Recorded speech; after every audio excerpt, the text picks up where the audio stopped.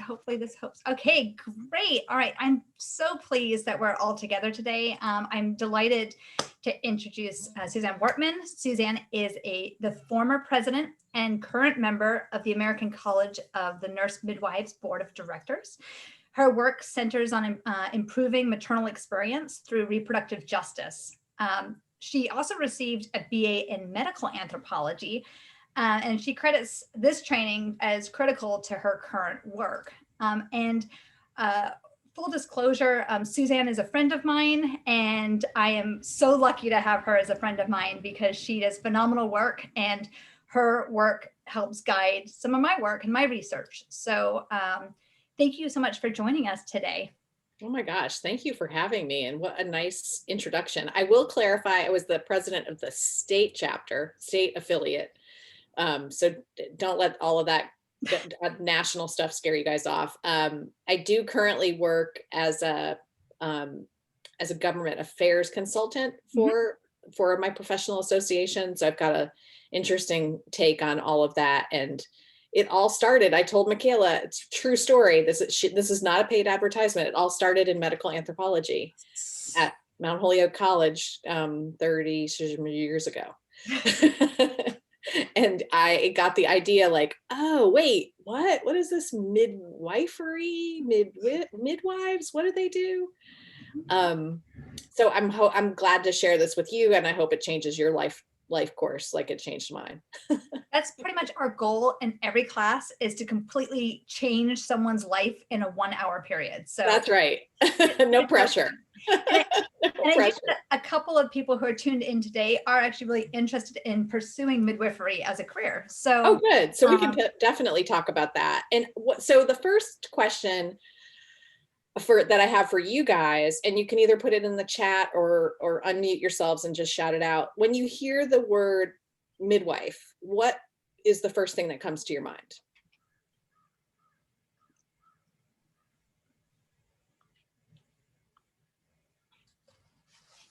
All right, throw it in the chat, friends. Like, no pressure, just whatever comes to your mind. And it could be like things like hippie, witch, lady who rides a horse. If you've seen that show, Call the Midwife, people from the past. I definitely want a hippie witch who rides a horse at my birth. I'm just going to put that out there right now. Yeah, you know, you're not alone. So we have a couple comments here. Thank y'all. Someone that stays with the mom during birth to encourage her. We have someone who assists in the birthing process and has medical training. I will. Both good answers. These are, I feel like maybe I'm talking to the advanced class, right? So I have reproductive care for women before, during, and after pregnancy. Ooh, somebody did their research. Yes. But we'll hear sometimes, you know, I hear and recognizing what a midwife actually is, right? You know, I'll hear people talk about midwifery as like substandard care during delivery. I hear about it as being not safe, as like you were saying, like sort of a hippy dippy kind of granola crunching, not based in science, not based in grounded in fact, as well as it, and additionally hearing that it's a incredibly positive birthing experience, an engaging birthing experience. And so part of the reason I wanted you to come and chat with us today is because of this, just these vast misnomers, but also like clarifying what it is that midwives do. Right. Right. So and then, you know, there's midwives here in the US, and then there's midwives in the rest of the world. And so there's some difference in practice, but I'm going to stick to what I know here in the United States. And we have, so midwives today, there are about 14,000 of us in the whole country.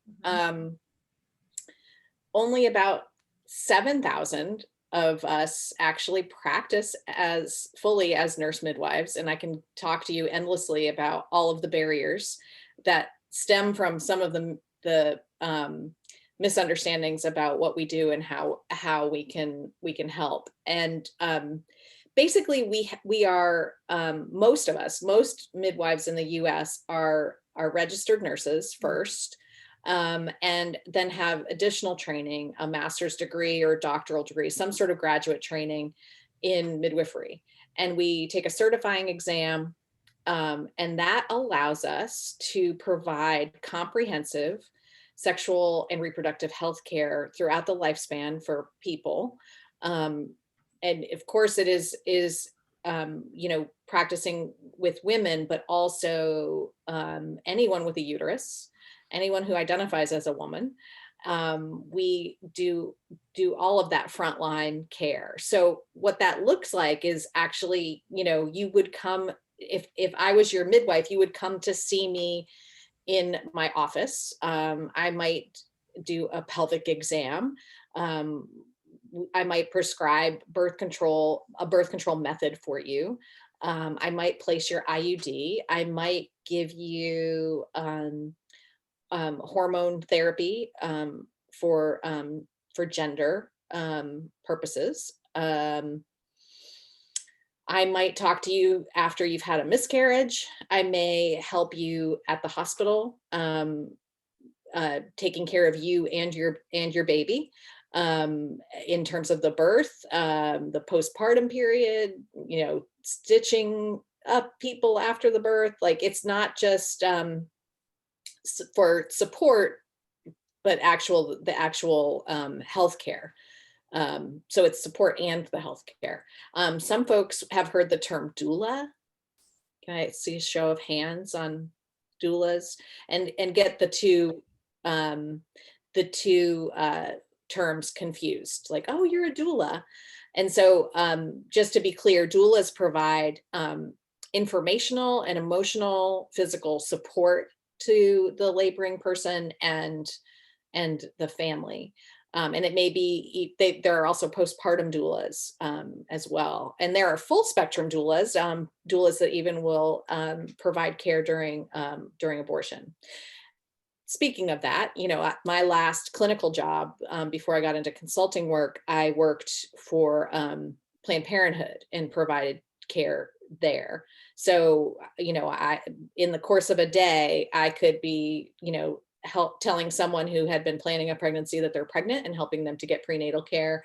I could be, putting an IUD in. I could be getting somebody on, birth control pills for the first time, and also supporting someone through an abortion, like actually providing the care through an abortion. So it's a really amazing, I've been so lucky, I think, and grateful to have a bunch of varied experiences as a midwife.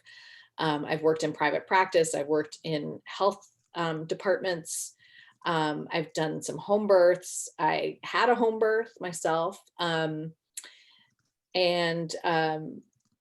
worked, like I said, in Planned Parenthood, in private practice, in all different parts of the country. There's always somebody who needs our care. So that's nurse midwives. And then there's certified professional midwives who are, their training is a little bit different. They primarily are trained through an apprenticeship and sit for a certifying exam. They're not licensed in every state. And so in our state, they're not recognized. So they fly under the radar. And most CPMs have home birth practices, and also work in birth centers where they're legally recognized. I'm going to stop there for a second and see if anybody has any questions. And LaShonda joined. Hi, LaShonda. So excited. Hi, everybody. Hi. We work with our colleagues too, nurse practitioners, and LaShonda's one of my colleagues. And we actually had LaShonda, sorry to interrupt, we actually had Dr. Wallace join us a couple of weeks ago to talk to us in medical anthropology about HIV and AIDS and Awesome. looking at that pandemic and related to the current pandemic. And it ties beautifully in with reproductive justice. So that's right. That's right. So glad with this. Speaking of, if no one has any questions about midwifery this point, I do want you guys to talk though, chat. Oh, good. Somebody did. Yes. So yes, so doulas take a weekend course, and then they have to sit for a certifying exam if they want to, and they have to have attended a number of births. I think it's usually like 5. So for my training, I have a bachelor's degree in biology and medical anthropology, as Dr. Howells mentioned. And then I went back to school to become a registered nurse. So I have a bachelor's in nursing, and then I have a master's in nursing. So yeah, it's a lot more education, and it's to be clear, we're on a level as a healthcare provider, just like a nurse practitioner, just like a physician. Our specialty is midwifery. So you would see me in a white coat and maybe not know the difference from like just that perspective. You'll know the difference as soon as you get in the exam room with me and we're talking about things, and I want to know you as a person, and I adhere to a shared decision-making model. There's hallmarks of midwifery care that differentiate us from physicians, and we don't typically do surgery. We may assist surgeons, OBGYNs with surgery, but and do circumcisions, but that's not the core of our competencies. Does that answer your question, Anna? Yeah. So, but thanks for that. That's awesome. That is exactly the question I get all the time. So I'm glad you asked it. I'm sure you're just asking what everybody else is thinking. So I'd like to share my screen quickly and give you a definition of oops, oh, I went too far. There's my officialness. Reproductive justice. So this, oh gosh, stop clicking, Suzanne. There we go. So, reproductive justice is a term. Thanks to Black women, we are getting someplace in this country with good healthcare. You probably all heard of the term reproductive rights and pro-choice, and there's a group of women that came together, and you can click on these links. Dr. Howells will share these slides with you to find out more. But basically, folks came together and they're like, rights just it's not quite hitting the spot. And it's not just about abortion. So this conversation about reproduction goes beyond that, right? And so they came up with this definition, this wise group of women, the collective. And Loretta Ross was a leader. She's a phenomenal human being and scholar. And this is the statement: the human right to maintain personal bodily autonomy, have children, not have children, and parent the children we have in safe and sustainable communities. It's a pretty awesome definition, right? So, part of my goal as a midwife, and I think as midwives across the country, is adhering to this. So it's pretty expansive when you think about it. Reproductive justice includes a lot of different ideas, and when you start to think about it, you're like, well, what doesn't reproductive justice cover? And that's what you should be thinking for sure. And it gets then to this term of intersectionality, right? And this is the poet and scholar Audre Lorde. And I love this picture so much because I think it speaks to why we are where we are. Women are powerful and dangerous. And so there are a lot of laws and a lot of societal norms and things in our culture that keep us down. So we don't have a single issue struggle, right? We don't live single issue lives. You think about intersectionality as like who are you, right? Like and I'm going to stop sharing now. I'm a mom. I'm a daughter. I'm a midwife. I'm a citizen, right? You think about all of the things that you are and the things that you're interested in, and yeah, maybe you could vote, right? Yeah, this is how we're going to change things for sure. Yeah, I think I'm going to stop talking, and I want to hear from you guys right now. So as we're waiting to see if people have questions, I'd like to hear from you in terms of like reproductive justice and, okay, so heard about midwifery, we've heard about reproductive justice. Right. Talk about how those go together. Right. Let me ask a question. How many of you have heard that there's a maternal health crisis in the United States? Show of hands. I'm seeing some nods. You know, you guys can raise your hands or do your little thumbs up in the corner, right? Advanced zooming. Yes. Okay, good. Good. Excellent. All right. So, you know, when we, oh, I'm going to take that away. Okay. So when we talk about what's happening in the United States of America, do y'all know about the terrible statistics that Black women are 3 to 4 times more likely, and depending on where you are, if you're in New York City as a Black woman, you're actually 12 times more likely than white women to die of a preventable cause in childbirth related. Like, I just like that is reproductive injustice. Can you say that statistic again, please? So 3 to 4 times more likely. Black women are 3 to 4 times more likely. And this is not because of their skin color. This is not because of some biological racial difference, right? Because we know race is an artificial social construct, right? This is because of racism and sexism. And go ahead, LaShonda, were you going to say something? No, I was waiting to see you tie this together, because when you said it's not because of their skin color, you know, it's important that we know that our biological makeup is not what make us at risk. It's right. what we encounter. And so I just said, yes, thank you. Yes. Thank you. Yes.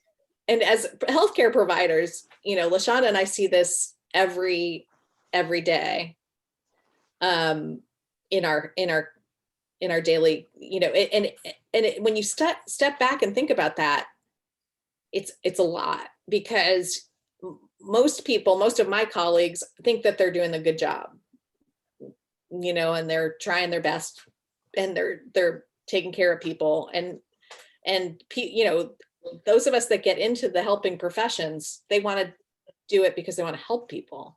So what else is at work? You know, it's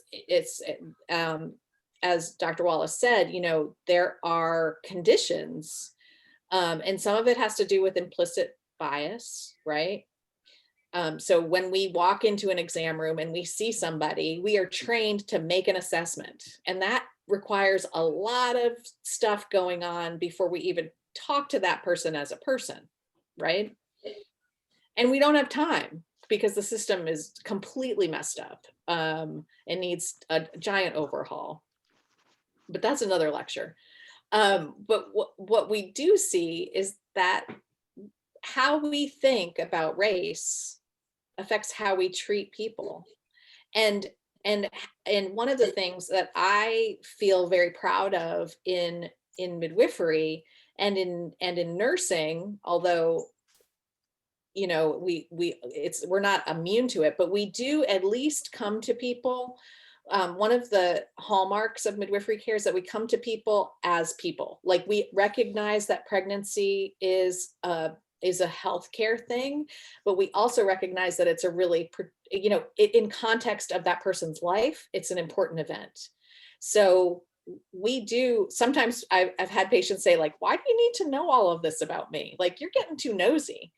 And it's because I, as a midwife, need to know, like, what are you dealing with?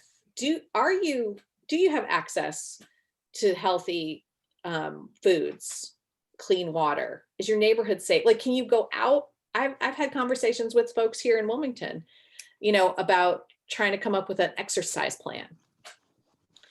And they tell me I can't walk in my neighborhood after dark. Like I get home from work, I got to feed the kids, and then I can't go out after dark. It's not safe in my neighborhood.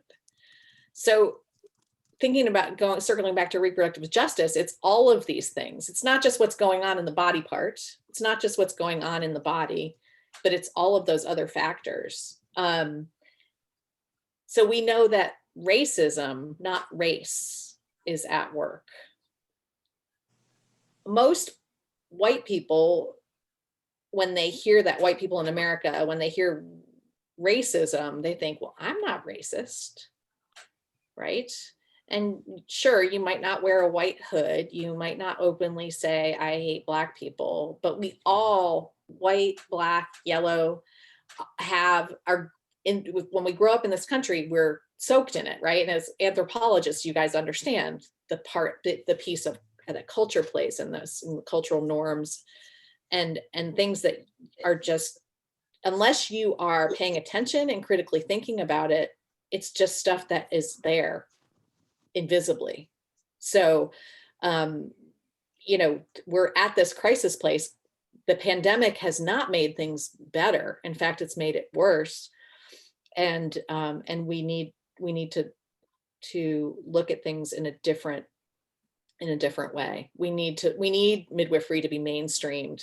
That's my bias. To be able to, and we need to train more Black and brown midwives to be able to take care of people without that bias, without that racism there. Dr. Women Wallace, need to be listened to. Yeah. I'm sorry, as I interrupt you, as you're saying. No, go ahead. Dr. Wallace brought up this when she spoke to us a couple of weeks ago about the importance of having healthcare providers that look like the people who are treating them. And so I wonder if you could just talk about that just a little bit more, about why that matters, why that would make any difference. If everyone's getting the same training in medical school, why does it matter to have increased diversity in terms of providers? Yeah, right. This is like a whole lecture. I mean, a whole separate lecture. Like, come back for part 7. So I know from my time here, and I've been in Wilmington for 14 years. So I come in as a Yankee, first of all, into the exam room, right? So there's that piece of it. And then I have seen with patients that I've taken care of whose skin color doesn't match mine, a level of distrust, because there's learned behaviors, right? Like if you get burned once, you're gonna keep your hand back from the stove, right? So if they see me, white lady with the white coat coming in, they may not be as forthcoming with me until we get to know each other as people. But that requires me to have the self-reflection of like what my biases are, how do I show up? And when you think about it, even just in relationships that you all have, like when you have shared experiences, shared background, when you meet somebody from your hometown and you're like, oh my gosh, oh yeah, such and such and so, like it opens up a whole new realm of communication in your relationship. So the same is true. Like if you come into the room as a Black midwife with a Black patient, there are going to be more experiences and understanding about how it is to live in that skin in this country. So I think, it's a two-pronged approach, right? So we've got to change the ratio of providers, of the racial makeup of providers, but we also have to teach the providers who are already out there to be aware of their own racism and sexism. Yeah. That was a really excellent way to put a whole lot of information in one space. Like, I feel like I would definitely need like 7 hours to go into that. No, but it's powerful. And then also the recognition, as both you and Dr. Wallace have highlighted the fact that we have this systemic inequality, we have systemic racism, the training that we have from K through 12 education and all through college, there's systemic racism built into that. And so our healthcare providers, although there's some training in medical programs that is effectively like your diversity training, that is a sliver, and it's not necessarily built into every component of what you're doing or learning. And so not yet. And that's a lot of people are fighting really hard and working, and a lot of anthropologists are on that and as part of that battle as well, and helping structure and build that to include it. But it also means that we have healthcare providers who are not there, and this is a way of helping support. And it's not just individuals, right? It's the system as well. And so, we're working in the system. Did I see a hand? Go up? Yeah, go ahead. I had a comment that this made me think about a few summers ago. I got my CNA, so I did my training to be able to work as a CNA. And I just remember. Does everybody know? Sorry, Anna, I'm going to stop you there. Does everybody know what a CNA is? It's a certified nursing assistant. Okay, go ahead. I remember that like all of the we practiced on like fake people, and all of the skin colors were white and like really pale people, and I didn't even connect that until like now that we're just talking about it. It's like in the training, it's kind of like subliminally like put in there as something that you just wouldn't even think about unless it's. This is what's normal. Yeah. So what does that make brown skin, dark brown skin? It just like seems like normal. That's like, yeah. That is so thoughtful, and I'm glad that you're thinking about that. I mean, that's certainly the lens as anthropologists that we really are trying to help people recognize and identify. And it's, even like dermatology, right? Dermatology images of like, this is how you diagnose these different skin issues. Those are frequently images of how lower melanin level look with that, which means that people with higher melanin levels aren't diagnosed accurately, or as accurately as their low melanin pals. And so, and it's just, it's a pervasive issue in all these spaces. It's something that you actively have to push back against. Even something like, if I'm putting in a Google image search, my Google image search is set up to cater to me. And so if I'm searching for people, it will frequently give me, it's white people. If I'm looking for a pregnant person, it's going to give me a white pregnant person. So I have to put in Black pregnant person to be able to have an image. And that's something that's a bias that I recognize, and I work really hard to especially counter my classes. But it's something that, you're just training, you're just doing your thing, you're just finding a picture. It's just happens. And the reality is that happenstance helps build into that systemic racism. So nice thoughts. Yeah, that's outstanding. Sarah, go ahead. I was just wondering if you think that midwifery programs do a good job of like talking about these reproductive injustices and trying to combat racial bias and everything. Yeah. My short answer is some of them are further along than others. But, as a profession, we are definitely talking about this, and the murder of George Floyd jump started a lot of people's learning. But there are groups around the country. Sister Song is one of the grassroots groups based in Atlanta. Loretta Ross was a co-founder, and they work specifically on addressing these injustices. So they have trainings and things. Also, Black Mamas Matter Alliance is another group, grassroots group that's organized. And then there's the National Birth Equity Collaborative, and they're working on policy solutions. So we work with those folks, but it's going to take it's a process. And I feel like, in a way, thinking about it from how slowly you know, we can have policy change that will help. We can address the systemic challenges. We can address the personal challenges, but changing culture is going to take a long time. And just being aware of it, like I know a lot of my colleagues are like, "Oh, I'm reading and I'm doing and I'm all of the things," and it's like, okay, you know what? How much of that is our white supremacy of like, we're going to fix this in 6 months? You know, this is a lifelong endeavor, and I think for healthcare providers, it's a lifelong. Like, it can't be. I know when Dr. Howells just said something about, you know, medical schools having, you know, introducing this training, you know, there's a lot of one and done kind of trainings happening right now. And that's just the equivalent of thoughts and prayers. You know, it's just like, we're diverse. What does that even mean anymore? We have equity. And you think about too, the sexism, I think, overlay, there are different levels of oppression happening in healthcare. And so, you know, it's just looking through that lens in all ways and making it so that, like, you know, there's not a hierarchy in healthcare.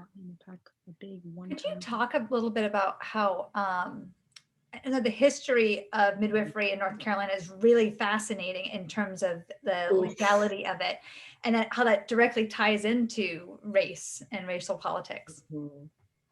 Yeah. This is not the fun part. So American midwifery, and we can talk about just briefly, there's a whole lecture if you want to dive even deeper into this, that one of our colleagues at East Carolina has addressed. Holly Matthews is a medical anthropologist there who's looked at this, and she's awesome. And her research, she looked at the self-care traditions of the Black community in North Carolina, and basically organized medicine and nursing and organized midwifery in this country dissolved. I'm going to say that as a nice word, but made extinct Black and immigrant midwifery in the United States. So back in the day, like, you know, 100 years ago, I'm even going to say just 100 years ago, in the 1920s, right? We had, you ready for this statistic? 6,000 registered midwives in the state of North Carolina. Remember what I told you before, there are 14,000 certified nurse midwives in the whole country now, and only about 7,000 in actual practice. Let that settle in with you. 6,000 midwives. Most of those midwives were Black. So there's this element where, you know, in the right, no one was trying to do it necessarily from a place of badness, you know, or evil. It wasn't like, we got to get rid of these Black midwives, they suck.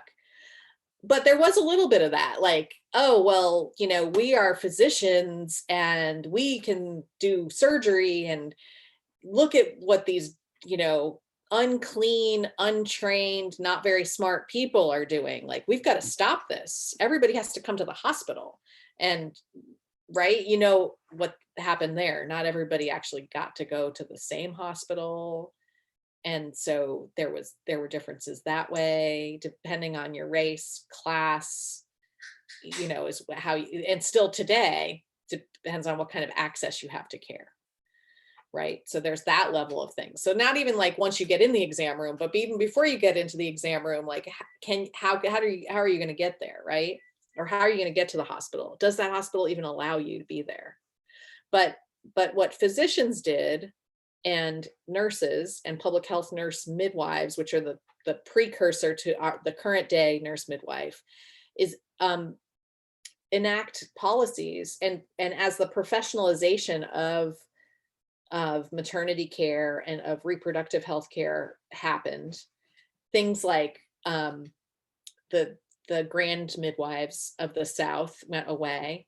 Abortion became illegal. It was illegal in the 1800s to have an abortion in the United States. And it was really left up to the herbalist midwives, the wise women of the community to handle those things. As medicine became an established profession in the US, that's when all of these things went away. And now we're like, oh no, what are we gonna do? It's like, oh, wait, first we have to recognize we made this mess, you know? And it's not a problem with them, with those, it's not a problem with women. It's not a problem with Black women. It's not a problem with the people that we're serving. It's a problem with us in the system and the providers. So that's the short version. If you want to hear the longer version, Holly's, Dr. Matthews' presentations on YouTube. Oh, I'll have to get that from you. I haven't seen the presentation. Fascinating and depressing. Yeah. Yeah, it's I've seen her give the talk live, but I've never seen it. And so if you could send that to me, if you think of it, that would be incredible. And I'd be happy to share it. Sure. So that's powerful. And it's about where, you know, in medical anthropology, we've been talking about political economy, and we've been talking about structural violence, and we've been talking about the intersection between basically policy and funding, and what does that mean, and who's left out of that cycle. And certainly that transition to oust nurse midwives was in part to be able to put the power back with the white male providers, even though those white male providers still weren't serving everybody and couldn't serve everybody and were unable to serve everybody, which meant people went without care. And it's a pattern that we still see. So, all right. So could you talk about, and if you guys have questions, please throw them in the chat or raise your hand or whatever, because we want to certainly, you know, answer your burning questions too. Yeah, this is for you. This isn't for us. Yeah, like we already know this stuff about each other because we hang out and talk about this for funsies. So, so we've talked about how it's really important to have providers of diverse backgrounds, right? And we've talked about how, you know, critical this need is to provide this care. Could you talk about what it is to be like the role that as a white presenting person, that how do you move through this space? So like, how do you build up your training that you came into it with? How do you build that to be able to go towards reproductive justice? Because certainly not all midwives are on the reproductive justice train. And that is certainly a component of, although it should be a bigger component, we can all agree. But you are someone, especially in our community, who is really active within reproductive justice work in multiple avenues. And so can you talk about that and that choice as a midwife to have that and the role that you play in that and educating yourself? Well, so I think so the short answer is with humility and curiosity. And one of my gurus, Brene Brown, says, you know, I'm not here to be right. I'm here to get it right. So I think that's where I come from. I also grew up, my dad is German Irish descent. And my mom is Lebanese descent. She was born in the US, first generation. So I think I grew up hearing stories about how she was treated in her Irish Catholic community in school as a person who had dark skin and dark hair. And so I think that gave me some sort of sensitivity just from growing up, you know, knowing that part of me was outside. And then I realized, oh, I can be like stealthy, white appearing person with this underneath part that I already understand about this. And then I went to a women's college. So that's where I got my fire for feminism and intersectionality. And then I moved to the Virgin Islands and lived there as a white person in the Virgin Islands, which is majority, I think it's 89 or 90% Black. That gave me better perspective too. So through my life experiences and just staying open, and doing the work, so that like that's a big buzzword right now, right? Like everybody on Instagram's doing the work. But I think, you know, the work is reading, knowing our history. You know, I found out, gosh, I think it was only about 10 years ago that my great grandmother was a midwife. So knowing that stuff, because that stuff's hidden, right? It's women's work. No, nobody had time to write shit down. I mean, Martha Ballard did in Maine. That's another good book that you can read, A Midwife's Tale. If you've ever heard that quote about, oh shoot, I'm gonna forget it. I'll put it in the chat box when Dr. Howells is talking. But well-behaved women rarely make history. Synapse fired. You guys have heard that one, right? Well-behaved women rarely make history. Came from that book, came from Midwives. That was a midwife quote. Well, actually, it's a quote from the author of that book. But yeah, so I think that's kind of where I've come from. After the Virgin Islands, I've lived in a lot of different places. So I've lived in Philly, I've lived in San Francisco. I'm, like I said, I moved here. And I don't know, I just, my life vision is like, I'm part of the community. I'm part of the people. I'm part of how, you know, like I see that 30,000 foot view of how we're all interconnected. And so if somebody's not doing good, that means all of us aren't doing good.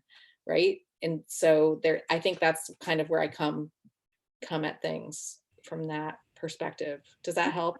Yeah, one of the things, yeah, it does. And it's one of the things that I found really impressive with you and also with other members of our community who are working towards making the world a better place and really active with reproductive justice, particularly, is that people who came to the summer where we have this new awakening for a lot of white people about where we are in terms of racial injustice, right?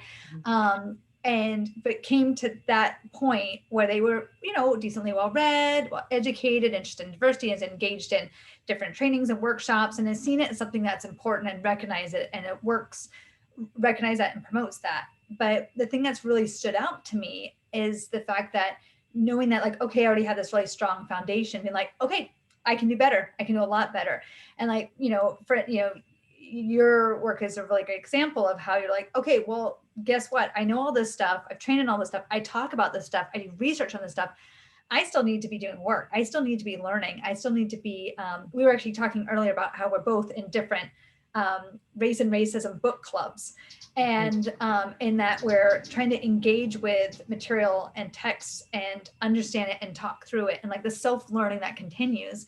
And it's one of the things that's I've been really excited by the professionals in my network and friends in my network who are like, not just like, okay, cool, I'm done with school, I don't have to learn anything. It's like, no, there's like serious self-study, right? And the fact that you're continuing to get, and we all have a distance to run on that. We still have more to do, but it's the fact that it's not just like, okay, I'm good, check, look at me being all woke. It's like, nope, I got some digging to do.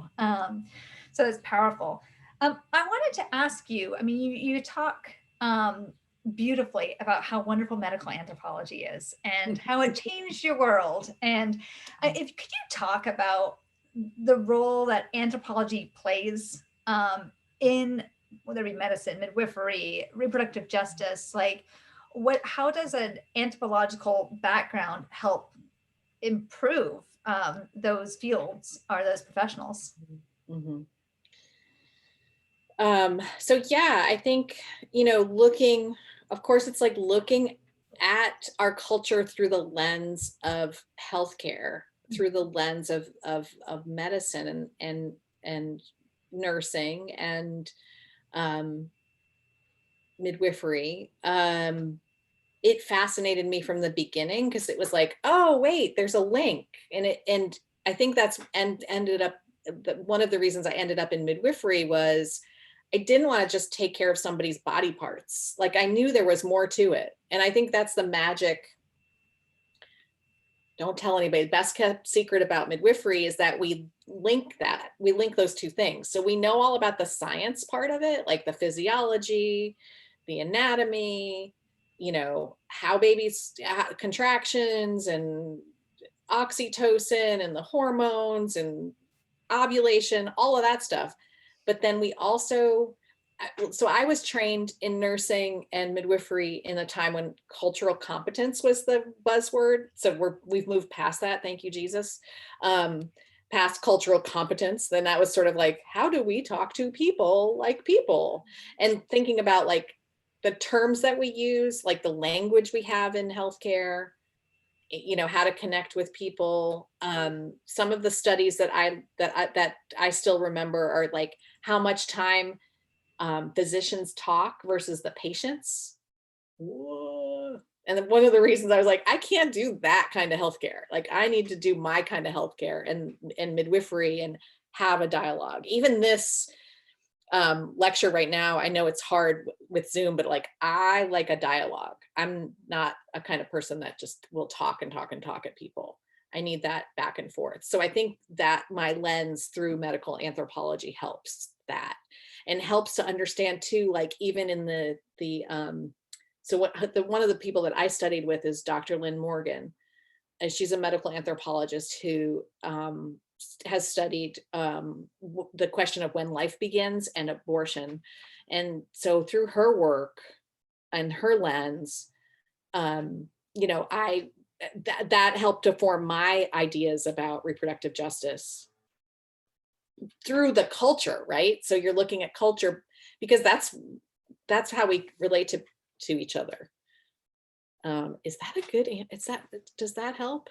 Is that, I feel like I was all over the place with that answer. I think these are huge topics, and it's Mhm. there's so much to say about every single one of these, right? Mhm. So we have a question in here. So Anna asked, is your main focus on midwifery in the US?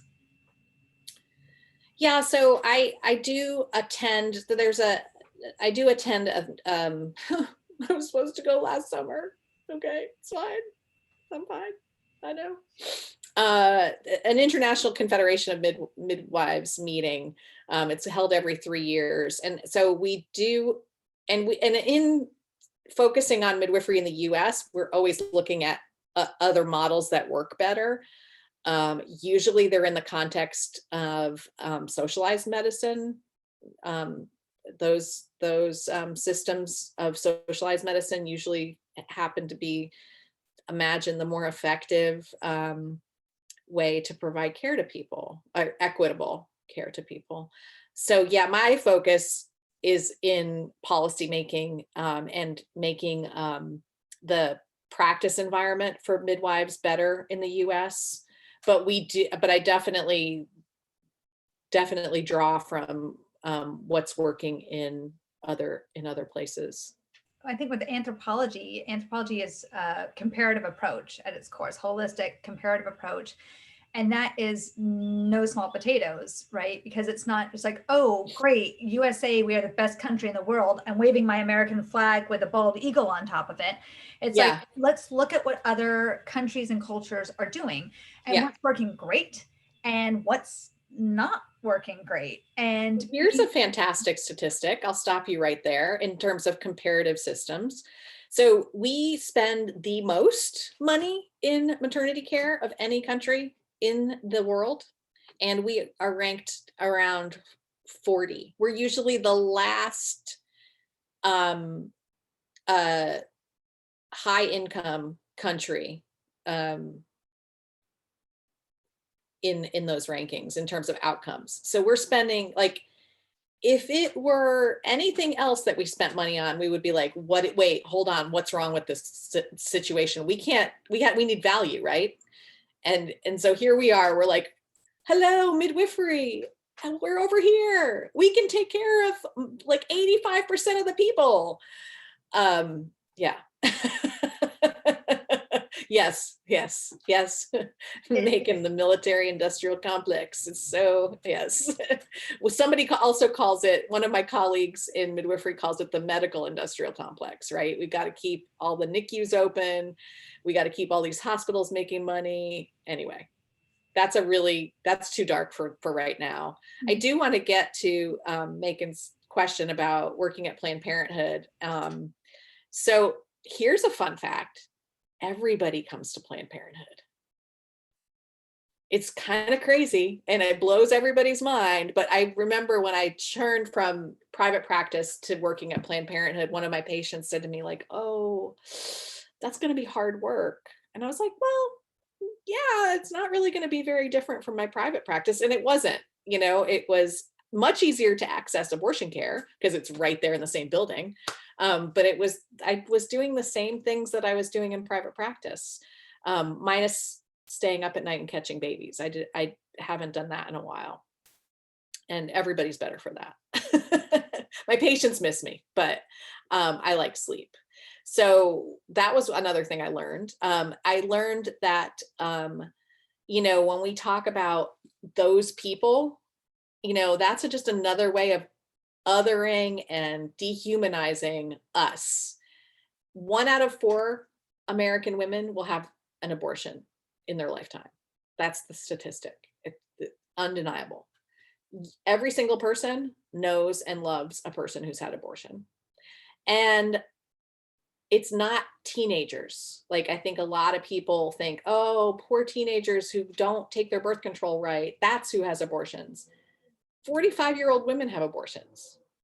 50-year-old women have abortions. Mothers of 5 who are in their 30s and are professional have abortions. So it's a piece of healthcare. I think we need to stop with all the drama about it. I think it becomes a political football. Sorry to use that political ticket, golden nugget that people use. And it's got to stop. So I feel like, that's really, I know we only have 5 minutes left, but with that though, like one of the things that struck me over the years of knowing you and you talking about this, and that who is seeking medical abortions, that in fact that it is nonpartisan, and that people all of the realm will come in, and that even people will sit there and tell you how they're completely pro-life. And I don't believe in this. Yeah, no, I have to tell you, I don't believe in abortion. This is the conversation, right? I don't believe in abortion, but I really need one right now. Mm-hmm. I'm glad we're here. The reason we're highlighting this is certainly that it's like you said, it's all, all people are coming in. You're seeing all people. And I know the abortion care component was a sliver of the services that you provide and that you're part of, but it is one that is so stigmatized. And when it is part of healthcare, but also that it's like, this is, everybody is accessing this. It is all walks of life, all different backgrounds. And that is something that you don't really see until you're talking to your midwife friend. I recommend that everyone has a midwife friend for this reason.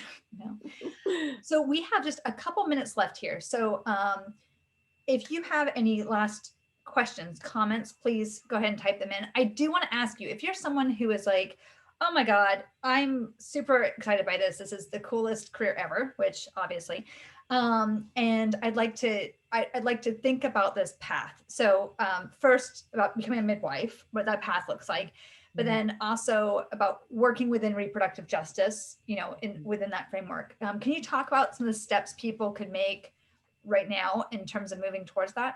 Yeah, I mean, and I don't think there's ever been a better time.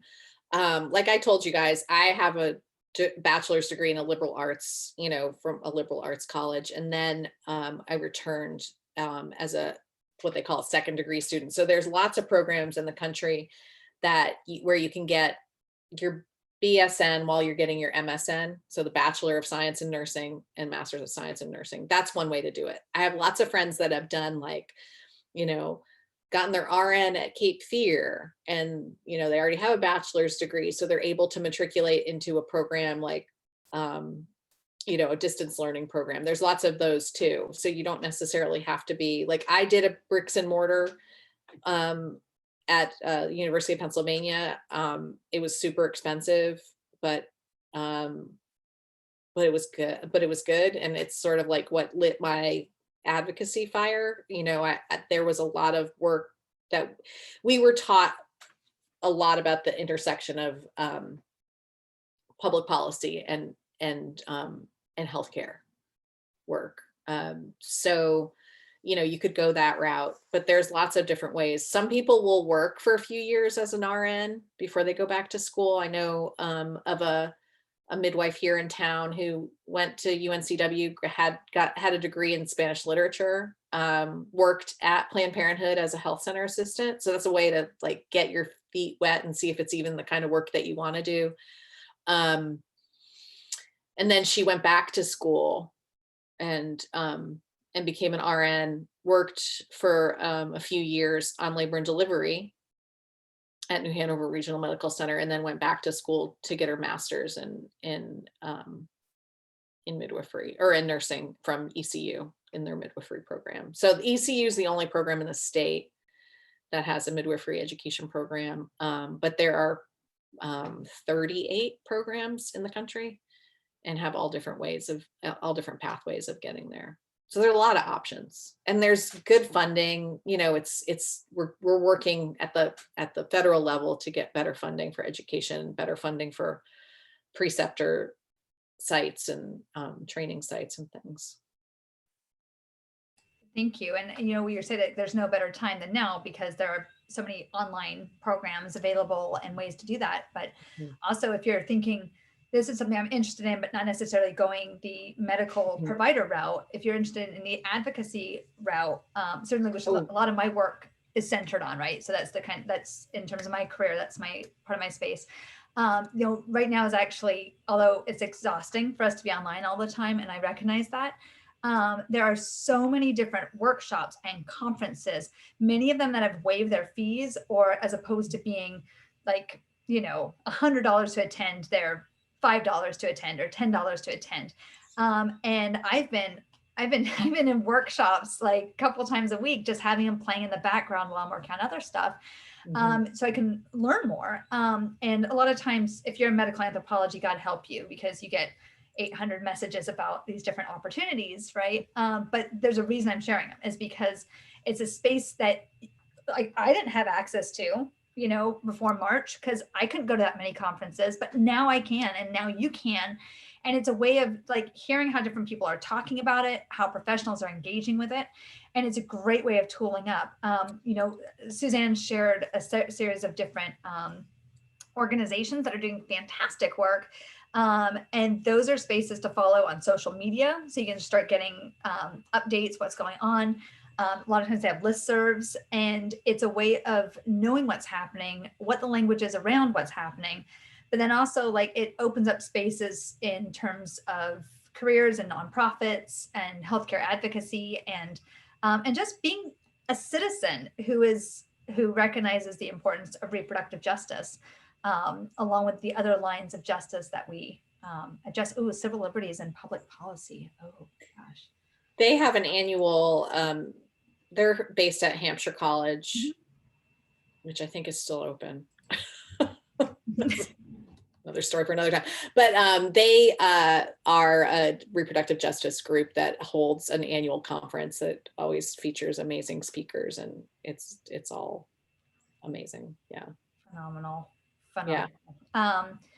Well, if we don't have any final questions, I want to thank all of you in terms of students for being here today. I know you have a lot on your plate. I know that you don't have to be here. I know you could wait for the video to hit. But I'm really glad that you took an hour to hang out with us and to meet someone who I think is incredibly important for Wilmington's community, and someone who is really good to know and to recognize. You've got her email here. Suzanne, do you have any final comments for us? I don't. Thank you so much for inviting me, and I want to just echo what you said. Thanks for spending an hour talking about something that I can talk about all day. And please feel free to reach out to me if you have any further questions. I'm happy to chat. Okay, thank you so much. And if Suzanne, if you could hold on 1 second, and Sarah, if you could hold on 1 second, I just wanted to introduce you guys really quick. Sure. And everyone else, thank you so much for coming, and thanks for your time. And it's great to see you. Thank you. Bye-bye. Bye. Okay, sorry to put you on the spot, Sarah. I should have messaged this before. But Suzanne, Sarah, Suzanne. Hi, Sarah. Hi. So Sarah is just, oh God, she is such a phenomenal student, and she's that like top 5% student that you always love filling out recommendations for. Right. She's a powerhouse. Her writing is excellent. She is engaged, and she's expressed interest in potentially pursuing midwifery. Oh, fantastic. I know, right?